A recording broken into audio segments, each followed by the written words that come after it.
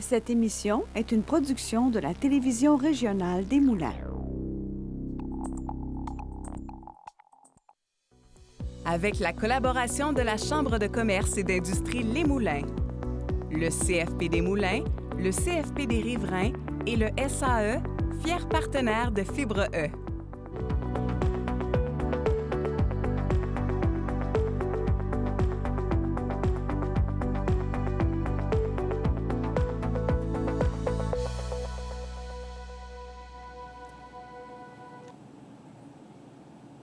Bienvenue à Fibre E.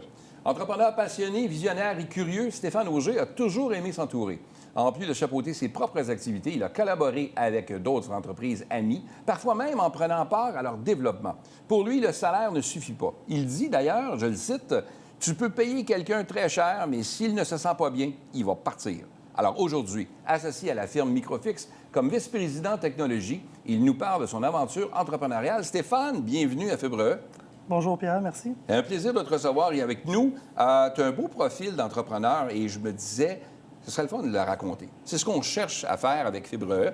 On reçoit des entrepreneurs de tout type et tu en es un, toi, de différent un peu. Alors, explique-nous un peu à la base, quand tu étais jeune, là, est-ce que tu te voyais un jour entrepreneur, propriétaire d'une entreprise ou... Du tout. Non? C'était pas en tout dans mes plans originalement. Moi, j'étudiais pour aller en informatique. Juste, je me voyais employé. OK.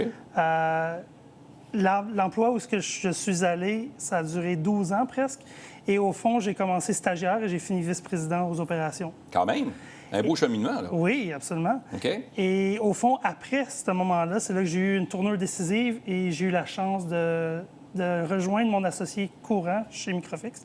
Et c'est là que je me suis embarqué dans une aventure que j'avais aucune idée dans quoi je m'embarquais et OK. que, encore aujourd'hui, je ne regrette pas. OK. Vous l'avez parti ensemble ou il l'avait déjà parti, lui, de son côté? Ou, Il l'avait parti, c'était un de mes clients. OK. Et c'était à un point où la compagnie où je travaillais était en vente. Donc, OK. elle a vendu, puis moi, j'avais une décision à prendre, puis moi, je voulais venir à Rive-Nord parce que c'était basé à Montréal et je suis un gars d'ici. OK. Et il était rendu à un point juste assez gros, autour de 8 employés, où il commençait à avoir besoin d'un coup de main au niveau de la gestion de l'administration technologique. Et c'est là que moi, je me suis joint à lui OK. pour faire croître l'entreprise. Et là, à ce moment-là, vous aviez combien d'employés? 8. 8 employés. Et aujourd'hui? 46. Donc, quand même, vous avez donc 4 fois plus, 5 fois plus Ouais. d'employés que vous aviez à l'époque, là. Alors là, évidemment, comme entrepreneur, quand tu développes ton profil entrepreneurial, on ne peut pas être bon dans tout. Tu sais, des fois, les gens se disent, ben, écoute, je m'en vais en entreprise, il faut que je m'occupe des ressources humaines, il faut que je m'occupe des achats, il faut que je fasse des livraisons par moment. Parce que quand on est petit, on faut avoir plusieurs cordes à notre arc, là, right? Oui, absolument. Ça a été le cas quand tu es arrivé? Je veux dire, avec juste 8 employés, servir tout le monde et tout ça, là? Oui, mon associé Mathieu, lui, de son côté, il avait déjà une certaine expérience parce qu'il avait eu plusieurs entreprises, donc il y avait un peu côté ressources humaines, côté finance, administration, on va se l'avouer. Le côté finance est un peu plus son fort à lui. Cependant, moi, ayant géré une entreprise sans avoir été l'entrepreneur, le propriétaire, j'avais quand même plusieurs expériences au niveau gestion, donc ensemble... Au niveau opérationnel, dirais-tu? Oui, plus au niveau opérationnel. Donc, ensemble, ça faisait un beau mariage. Est-ce que ça se fait seul? Oui. Mais c'est encore plus... Dans mon expérience, c'est plus plaisant encore quand on a un associé pour au moins s'accoter pour que chacun ait ses spécialités, si on le veut. Ses forces, C'est chacun. OK. Avoir ton associé qui est aujourd'hui, là, c'est ça, vous êtes associés ensemble, mais lui était client à la base. là. Oui. C'était un de tes clients, tu l'as connu comme ça, tu le servais, et là, il s'est développé une relation qui fait qu'à un moment donné, vous devenez amis aussi. Il y a une confiance qui s'installe, puis là, il te propose cette aventure-là dans laquelle tu embarques. Quelques années plus tard, tu regardes tout ça un peu froidement, puis tu te dis, est-ce que tu as bien fait? Est-ce que c'est un bon... Il écoute pas, là, vas-y. Non. Mais Oui. est-ce que c'est un bon move, selon toi? Oui, absolument. Ouais. Je regrette rien. Est-ce qu'il y a eu des moments plus hauts, plus bas, comme dans n'importe quelle relation? Oui. Mais je regrette absolument pas ce que j'ai fait. OK. Dans une relation d'associés où je m'en allais, c'est qu'un peu comme un couple. Hein? Ouais. Des fois, ça fonctionne bien au début, puis à un moment donné, bien, on a des divergences au niveau de la vision. Dirais-tu que quand on s'associe avec quelqu'un, des gens qui nous écoutent puis ils disent, bien, on a une idée de projet, je ne veux pas partir seul, je me sentirais plus confortable de partir avec quelqu'un. C'est important d'être bien épaulé par la personne avec qui on s'associe, selon toi? Oui. Oui, c'est une relation de confiance, de respect. Et il faut, comme dans une relation de couple, il faut avoir ses limites à poser. Qu'est-ce qu'on est prêt à faire, qu'est-ce que l'autre est prêt à faire. Et même, j'ai vu des scénarios où il y a certaines choses que ni l'un ni l'autre va avoir l'expertise. Quand ça arrive, on prend quelqu'un de l'externe qui peut potentiellement s'aider. Je donne un exemple. Si on n'a pas de comptable, on peut prendre une firme comptable externe pour nous aider avec ce service-là. OK. Donc, déléguer aussi à l'externe, parce qu'on ne peut pas être bon dans tout, comme on disait, puis c'est savoir bien s'entourer avec les bonnes personnes. Absolument. OK. Quand vient le temps, justement, de négocier de nouvelles ententes avec, ou de faire l'embauche, justement, de nouvelles personnes, là, ça aussi, ça devient un petit peu particulier. Des fois, on a le flair, des fois, on ne l'a pas, le bon flair. Est-ce qu'un de vous deux était meilleur là-dedans ou... Ça va dépendre des scénarios. Je dirais que ça va dépendre des postes. OK. Des postes plus techniques vont relever de moi et mon directeur des opérations maintenant parce que j'ai appris à déléguer. Et sinon, le côté plus administratif, ça va être plus mon associé. Cependant, toute décision majeure, donc engager justement un vice-président ou un poste qui a de l'impact dans l'entreprise, en général, ça va se faire à deux. Mais sinon, on a chacun confiance en l'autre. Donc, selon vos forces respectives et tout ça. Puis ce qui permet d'ailleurs de mettre ces forces-là ensemble, en parallèle, mais ensemble pour le bien commun de l'entreprise, avec la même vision à long terme. Exact. Tu regardes aujourd'hui le parcours que tu as fait, est-ce que tu referais la même chose aujourd'hui? Probablement, oui. Tu passerais par le même chemin ou... Probablement que moi, ce que je dirais dans mon cas personnel, peut-être que j'aurais aimé ça faire un petit MBO, HEC ou autre. Ça aurait peut-être accéléré un peu. Okay. Des choses que j'ai apprises sur le terrain, on fait des erreurs. On est tous humains, on fait des erreurs. J'ai déjà pris des décisions où après ça, je me suis dit, maudit nono, pourquoi j'ai fait ça comme ça? Il y a une expression, je le cherche en français, le 20/20 hindsight. Là, quand on voit en arrière le recul avec une vision 20 sur 20, il y a des choses que j'aurais mieux fait. Donc, peut-être c'est des cours, des formations qui m'auraient manqué ou peut-être du coaching même. Mais je suis allé à mon compte et je pense qu'on s'est quand même très bien débrouillé. Donc, je ne changerais pas beaucoup de choses dans mon parcours. Là. Quand tu regardes le parcours puis le chemin que tu as réalisé aujourd'hui, ces décisions-là que tu as prises, que tu aurais peut-être faites différemment, c'est ce qu'on appelle de l'expérience que tu as acquis au fil du temps. Puis cette expérience-là, tu ne l'aurais pas acquis si tu avais fait les choses différemment. Donc, la vie, des fois, est bien faite. Puis des fois, bien, c'est une maths. Dirais-tu que... J'ai souvent cette expression-là de dire que l'entrepreneuriat, c'est un peu une mer houleuse. Hein? C'est pas toujours calme. Puis des fois, on a des vagues quand même assez intenses, mais on sait que le soleil va revenir puis que l'eau va se calmer. Est-ce que tu as eu ce genre de mer un peu agité? Absolument. Ah oui? La pandémie, ça a été l'exemple parfait où on a eu une croissance de 300 en 6 mois. Wow! Tout le monde veut travailler de la maison. Je suis une firme de cybersécurité et d'informatique. Donc, évidemment, les gens nous appelaient pour avoir de l'aide et moi, je n'avais pas de ressources. J'engageais et c'était un moment où les gens, ils magasinaient beaucoup les emplois. Okay. Donc, j'ai embauché très, très vite. Mais des gens à distance, parce qu'on n'était pas équipés pour former les gens à distance. Et de l'autre côté, on a eu l'autre côté de la médaille où tout d'un coup, on avait des gens qui démissionnaient très, très vite aussi. OK. Donc, pourquoi? Parce que les gens allaient d'un défi à l'autre, puis est-ce qu'ils allaient vers la meilleure offre ou... Il y a eu beaucoup de meilleures offres, puis il y a beaucoup aussi... C'était un moment où les gens étaient plus stressés. Je veux dire, on savait avec la santé, ça amenait un stress de plus dans la vie des gens. Donc, j'ai eu beaucoup de gens qui ont carrément décidé de changer de domaine ou d'aller dans des places qui étaient vues comme étant moins stressantes, d'aller travailler dans le public, disons, au lieu de travailler, on s'entend qu'un fournisseur... de TI dans le privé, c'est quand même un niveau de stress très élevé. Donc, je n'ai eu des gens qui sont allés ailleurs. J'ai eu des gens qui voyaient facilement que le gazon était plus vert chez le voisin. Il y a eu des grosses campagnes d'attirer des gens. Et il y a eu un bout qu'il y a eu un manque de ressources totalement. On n'avait plus de CV. Difficile, ça. Quand tu cherches à acquérir quelqu'un pour faire grandir ton entreprise, puis il te manque ça, puis il n'y a pas de CV. Là, aujourd'hui, on est dans un mode un peu différent aujourd'hui. Là, il y en a plus. Puis là, il y a une sélection, un peu un retour du balancier, dirais-tu? Oui, absolument. Là, c'est rendu sain. Il y a vraiment le côté que, oui, les CV, il y en a encore des bons, des mauvais. Par contre, j'ai eu une plus grosse sélection d'employés et les gens, ils ont arrêté, je trouve, ils focusent moins juste sur le salaire. Ça va vraiment avec qu'est-ce qu'ils voient avec l'entreprise. Est-ce que ça a l'air intéressant? Est-ce que c'est le fun? Est-ce qu'il y a des activités? Est-ce qu'il y a du social qui se fait avec l'entreprise? Donc, on a mis beaucoup de programmes en place, justement, pour essayer d'attirer les gens. Là. Tout cet aspect-là auquel on pensait peut-être un peu moins comme employeur au départ, le bien-être. Hein? Le bien-être, tu le disais, là, je t'ai cité un peu en introduction, où tu disais que n'y a pas juste la paye en question. Il faut que la personne se sente bien aussi dans ce qu'il fait. C'est pas juste une question de salaire aussi, là. C'est tout l'encadrement autour de tout ça, là. Fait que c'est encore vrai aujourd'hui, encore plus vrai, là. Encore plus vrai. Les gens veulent être bien. C'est plus une question de « Ah, je vais avoir 10 de plus de salaire à côté ». Ils sont vraiment rendus dans un monde où ils veulent voir qu'est-ce que tu peux offrir. Est-ce que tu es prêt à leur offrir télétravail hybride, des activités, je vais dire parascolaires, pas parascolaires, mais para-travail. Est-ce qu'on fait des dîners communautaires avec le restant des employés? Donc, il y a plein de facteurs par rapport à ça. La conciliation travail-famille prend ça énormément de place aussi, là. Oui, vraiment, parce qu'on s'entend que c'est un domaine où on travaille tard. Ouais. J'ai des gens sur appel, donc j'ai des gens qui vont travailler le soir, qui vont travailler la nuit, la fin de semaine.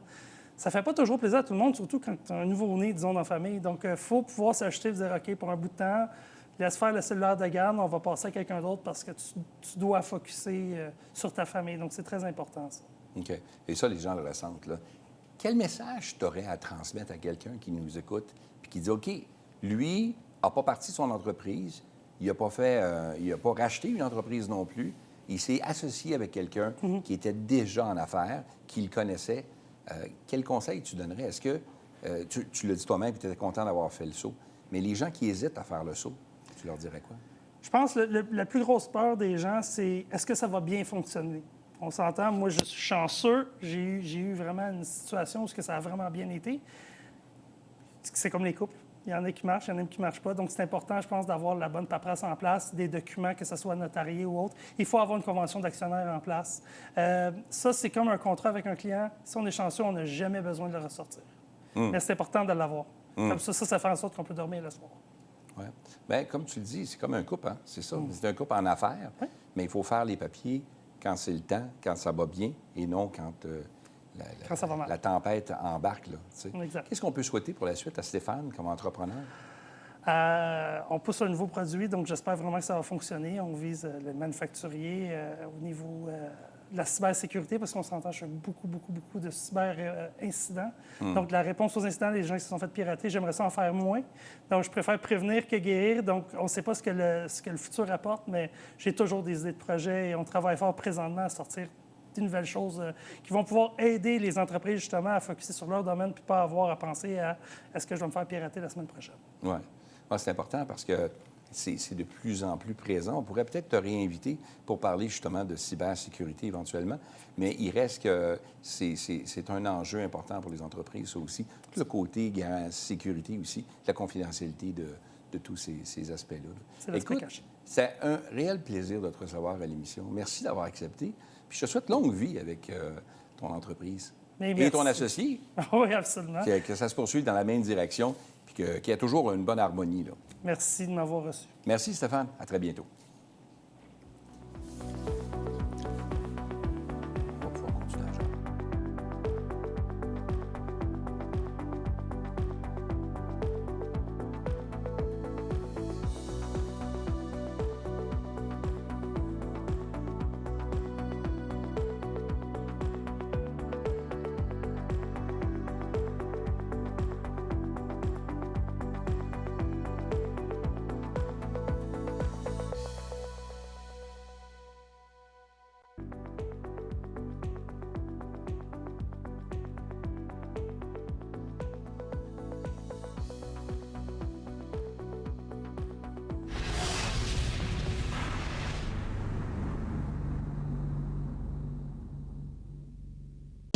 Le Centre de services scolaires des affluents t'offre 2 centres de formation professionnelle, le CFP des Riverains et le CFP des Moulins. Tu veux créer, bâtir, réparer, conseiller ou innover? Nous avons une formation pour toi. De l'administration aux technologies, de la construction à la mécanique, du design aux métiers spécialisés, ici, tu développes des compétences concrètes pour une carrière solide. 2 centres, une multitude de possibilités, ton avenir commence ici. Cette émission est une production de la Télévision régionale des Moulins. Avec la collaboration de la Chambre de commerce et d'industrie Les Moulins, le CFP des Moulins, le CFP des Riverains et le SAE, fiers partenaires de Fibre E.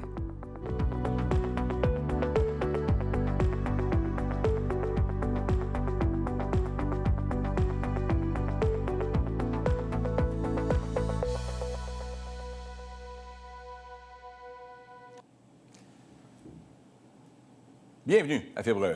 Notre invité aujourd'hui a commencé jeune au secondaire. Il organisait des danses dans les gymnases. Il gérait la vente des croustilles et des jus. Il coordonnait les vestiaires et ses parents étaient toujours là toutefois pour l'encourager, ce qui est super important. Mais le chemin n'a pas toujours été facile. Toutefois, son entreprise a connu une croissance rapide et aujourd'hui, après plus de 20 ans à la barre de son entreprise des productions Unity et son site naturel 45 degrés Nord, Steve Mayette offre au public un vaste site naturel de plus de 6 millions de pieds carrés qui compte plus de 100 employés. Steve, bienvenue à Fibre. Merci, Pierre. Tout un parcours, tu n'as pas chômé dans les 20 dernières années? On pouvait pas. Hein? On pouvait pas. Écoute, non, mais de fil en aiguille, j'imagine que les activités se sont ajoutées, puis tu as eu des opportunités, puis tu as gravé là-dedans, puis tu as monté, puis tout ça, là. Oui, on a créé les opportunités, puis il y en a toujours un peu plus à chaque fois. Il y en a trop, même. Fait que faut choisir les bonnes. Ouais, au début, dirais-tu que tu avais tendance à dire oui un peu à tout parce que tu voulais être un peu partout? Puis aujourd'hui, tu cibles un peu plus? Ou... C'est un réflexe qu'on a. Quand on commence, je pense que tu veux tout prendre, mais tu prends pas le temps d'analyser. Quand j'ai commencé tout jeune, en 94-95, tu n'as pas de mentor. Il n'y avait pas vraiment d'école d'entrepreneuriat. C'était... fait que tu sautais sur tout ce qui bougeait. Fait que c'était ça, là. Fait que... Tu voulais profiter de chaque opportunité, OK? Mais aujourd'hui, on prend le temps de calculer.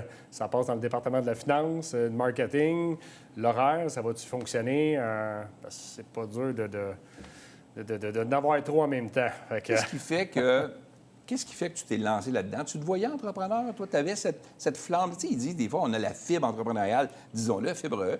Tu avais cette fibre-là en toi, tu penses? En toute honnêteté, quand j'ai commencé, là, j'avais 17 ans. Puis le mot entrepreneur, je ne l'ai jamais entendu avant 5-6 ans. Là. Fait que c'était quoi un entrepreneur? C'était de faire des affaires, tu sais, mais c'était pas clair. Tu sais, là, mes amis travaillaient au McDonald's, emballeur, mais... je ne savais pas qu'est-ce que je devenais, mais je sais que j'aimais ça organiser des choses, puis de fil en aiguille, bien, tu gères des gens, parce que là, il n'y a rien qui se fait tout seul, là. Ça prend une équipe, là. On disait en entrée de jeu que la famille, c'est important. Il faut que la famille soit là, puis il faut qu'ils te secondent. Ils ont pris ça comment quand tu as décidé de faire ça vraiment à temps plein, de dire je m'en vais là-dedans, puis tout. Étais-tu là? Étais-tu inquiet? Étais-tu... C'est sûr que tes parents sont là pour te protéger toujours. Mes parents n'étaient pas des entrepreneurs, hein? Fait que... Je leur ai foutu la frousse plusieurs fois, je veux dire, à toutes les semaines. Fait qu'ils en ont vu toutes les couleurs. Tu sais, c'est de l'événementiel qu'on faisait, c'était les week-ends, ça finissait tard. Fait que... Puis j'avais un gros fan beaucoup d'amis qui nous aidaient dans le projet, parce que c'était tous des bénévoles. Fait que, quand on fait des danses 14-18, mais c'est allé vite, là. Fait que, avec des danses express, Musique Plus, puis ces choses-là. Fait que, on a monté vite les échelons. Là. Après la troisième danse, c'était Musique Plus avec Daniel Desnoyers. Fait que... C'était comme, oh, OK. Puis là, on attirait des foules. Fait qu'on dérangeait, là. Fait que Oui, hein? Ça va vite, là. Dans le temps, là, écoute, tu me ramènes en arrière là, avec le beat. Puis Dan, moi, je l'ai bien connu. Fait que, après 3 danses, ce qui est arrivé, c'est que la Ville nous a convoqués en meeting, parce qu'on faisait ça dans des gymnases. Puis là, il faut que tu te partes une entreprise. Mais là, on était bon, on performait dans ce qu'on faisait, tu sais. Fait que... Mais après ça, c'est quoi un comptable? Mon Dieu, ça a été là, de l'essai-erreur tout le long. Fait que, les premières années, c'est... Aujourd'hui, je pense que les gens qui veulent se lancer en affaires, ils ont plus de possibilités d'être outillés, d'être encadrés. Des mentors, aujourd'hui, on entend ça partout. Là. Fait que, dans mon temps, il n'y en avait pas. Fait que, dans la plupart des chambres de commerce, ils ont les services de mentorat, souvent qu'on peut avoir, là, affiliés souvent au réseau mentorat. Puis ça aide, tu dirais, d'avoir un mentor. C'est pas un coach, un mentor. Hein? C'est vraiment du savoir-être, là, et non du je n'avais pas quand j'étais jeune, moi. Fait que mes parents n'étaient pas entrepreneurs. Fait que c'est de l'essai-erreur, puis tu écoutes à gauche, à droite ce qui se dit, puis ce que les gens pensent te donner comme conseil. Des fois, il y avait des bons conseils, des fois, non, mais... c'est pas toujours évident, là. T'es parti d'un cabanon chez tes parents. Ouais. C'est comme souvent on entend dire, il y en a qui partent là, dans leur garage. Toi, t'es parti dans le cabanon chez tes parents. C'est ça, le garage. Oui. Puis de là, à un moment donné, tu t'es rendu jusqu'à 18 000 pieds carrés. Ouais. Aujourd'hui, tu as un site naturel de 6 millions de pieds carrés que tu exploites là, avec différentes facettes. Là. Il reste que c'est une belle ascension dans les 20 dernières années, là. Tu regardes toutes ces années-là, je veux dire, il s'en est passé des choses là, pour en arriver où est-ce que tu es aujourd'hui, avec une centaine d'employés à bord de l'entreprise et tout ça. On a certains à temps plein, certains saisonniers, tout ça, mais il reste que c'est quelque chose. Est-ce que c'est ce que tu t'imaginais quand tu étais jeune d'en arriver là, ou ça l'a monté tout bonnement? C'est bizarre. Tu sais, on a tous des rêves quand on est jeune. Hein? Si tu regardes des Guy Laliberté, tu sais, des Pierre Calpelado. Tu as la même coupe, en tout cas. Ah! T'es parti, là. On pourrait dire ça, mais oui, on a tous des idoles quand on est jeune. Puis, hey, je vais être comme lui, je vais être comme lui. Puis, mais sans savoir vraiment le comment puis l'ouvrage qu'il y a en arrière. Tu sais, mais aujourd'hui, après 30 ans, là, tu fais OK, attends une minute, là. On est plus des tireurs d'élite qu'on y va à mitraillette. Là. Fait que, on calcule plus, on est mieux entouré, on s'informe plus. Bien, pour garder le même jeu de mots, tu cibles beaucoup plus ta mire, là. C'est-à-dire que tu... Oui, hein? On n'a pas le choix. Donc, on perd moins de temps sur certains dossiers qui sont peut-être pas aussi bons pour l'entreprise, dans le fond, pour t'aider à progresser. Oui, ou on charge les bons prix, hein? Parce que souvent, on faisait des choses, des projets par passion. Puis 4,30 sous pour une pièce, il n'en restait pas au bout de la ligne. Tu sais. Au début, c'est ça, là. Tu peux te faire avoir là-dessus, là. Fait que, mais la passion nous a drivé au départ, là. C'était carrément ça, là, l'événementiel, d'organiser. Fait que c'était assez spécial. Mais c'est l'adrénaline. C'est quelque chose que tu aimes faire. En affaires, c'est comme ça. Là. Tu parles de passion. Il y a beaucoup d'entrepreneurs qui viennent nous voir et qui nous disent la même chose.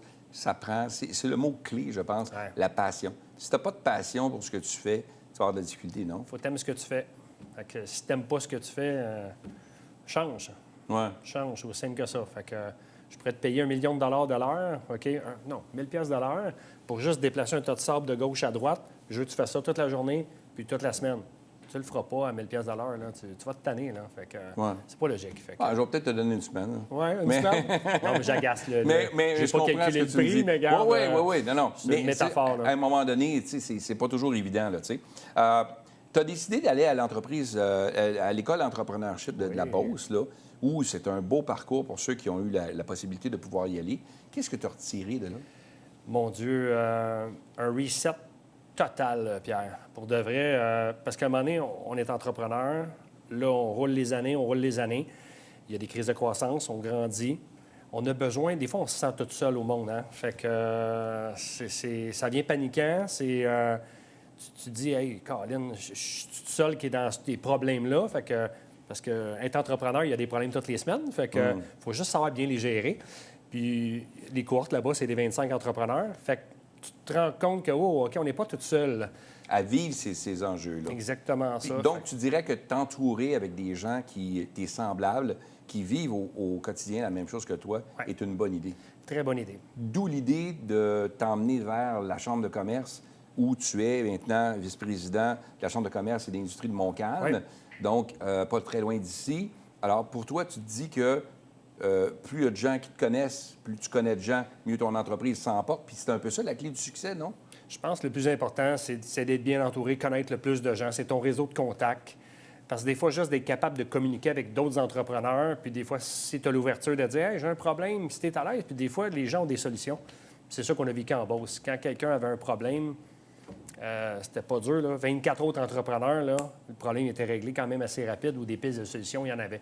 Fait que c'est pareil dans les chambres de commerce à plus petit niveau, mais en échangeant, des fois, dans un 5 à 7, si tu as mettons, tu as un problème, puis tu jases avec quelqu'un, des fois, tu peux peut-être probablement trouver ta solution. Fait que tu dirais que ce genre d'activité-là, pour toi, ça a été bénéfique parce que ça t'a permis de développer ton réseau, de connaître des gens qui, en quelque part, aidaient ton entreprise à progresser. Oui.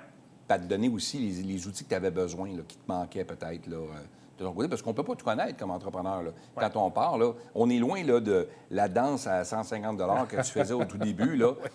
Ça le disait, tes premières soirées dans un gym. Là, là aujourd'hui, on est rendu ailleurs là, avec une centaine d'employés, puis tu fais des événements quand même avec quelques milliers de personnes là, quand tu fais ces gros événements-là.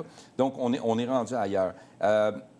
Dirais-tu que l'entrepreneuriat, c'est addictif. Tu sais, en anglais, on dit addictive, c'est comme une drogue. Tu en as besoin. Là, tu sais. Je pense que c'est ma drogue, moi. Fait que, oui? C'est bizarre, j'ai jamais touché de la drogue de ma vie. Puis c'est ma drogue, ça. Fait que l'entrepreneuriat, le challenge, puis combien de fois les gens nous ont dit quand on voulait starter un projet, hey, faites pas ça, Colin. Puis à 90 du temps, go, on y va. Puis je vous dirais que 80 du temps, on réussissait, là, et même plus. Là. Fait que... Parce que la passion y était, parce que vous aviez la conviction que ce projet-là pouvait réussir. Je pense qu'on ne voit pas la même chose. Tu le viens à un moment donné, tu le files en tant qu'entrepreneur. Colin, attends une minute, ça va le faire, ça va fonctionner. Là, les gens ne voient pas la même chose que toi. Un entrepreneur voit différemment que les autres. Fait que... OK. Tu avais ce flair-là, tu dirais. Je pense que oui. Penses-tu que la fibre entrepreneuriale est quelque chose qui a un lien avec cette... Je pense que c'est un mélange de tout. La bonne potion magique. Puis tu peux tout le temps la changer, tu peux tout le temps t'outiller. Puis, et l'améliorer. Définitivement. Le message que tu transmettrais aux gens qui t'écoutent aujourd'hui puis qui te disent, OK, fine, tu faisais des danses et tout ça à 150 et tout ça, puis là, aujourd'hui, bon, tu te retrouves... les gens qui hésitent à faire le saut, puis c'est souvent une des questions que je pose parce que je trouve ça important. Tu sais, qu'est-ce qui fait que les gens devraient faire le saut comme tu l'as fait? Écoute, si vous avez une bonne idée, puis vous le sentez, vous avez le feeling, go. Bâtissez-vous un petit plan d'affaires, outillez-vous, entourez-vous, des mentors, puis go. Aussi simple que ça. Sautez dans l'aventure. Il y a tellement de talent, allez-y. Dirais-tu que c'est les gens qui hésitent et qui ne le font pas, se retrouvent 10, 15 ans, 20 ans plus tard en disant « Aurait peut-être dû ». Vaut mieux avoir des remords que des regrets? Oui, hein? C'est pas un proverbe qui est anodin là, dans le cas présent. Ouais. C'est important. Là, tu sais. Qu'est-ce qu'on peut souhaiter à Steve pour la suite des choses? Bien là, on a une grosse étape en 2026-27. Il va y avoir des départements qui vont grossir. On est comme un mini Venco, nous autres, dans notre domaine, dans notre coin. OK. Fait qu'on va falloir recruter des nouveaux talents. Fait que, on va souhaiter avoir les meilleurs talents avec nous autres pour les prochaines années. Oui, pour pouvoir grandir dans les projets que tu souhaites faire. On prend les meilleurs, les gens qui veulent la volonté. Oui, parce que là, le site en question qu'on parle, on ne peut pas trop en parler, mais il reste que ce site-là en question se grandit, se multiplie et tout. Alors, ça va devenir encore plus grand. Là. OK, oui. Donc, des maux de tête davantage. Et pourtant, malgré ces maux de tête-là, malgré tous les soucis que tu as traversés, tu arrives quand même aujourd'hui à dire, bien, on continue à construire puis on continue à développer. La passion est toujours là. La fibre entrepreneuriale. Et voilà.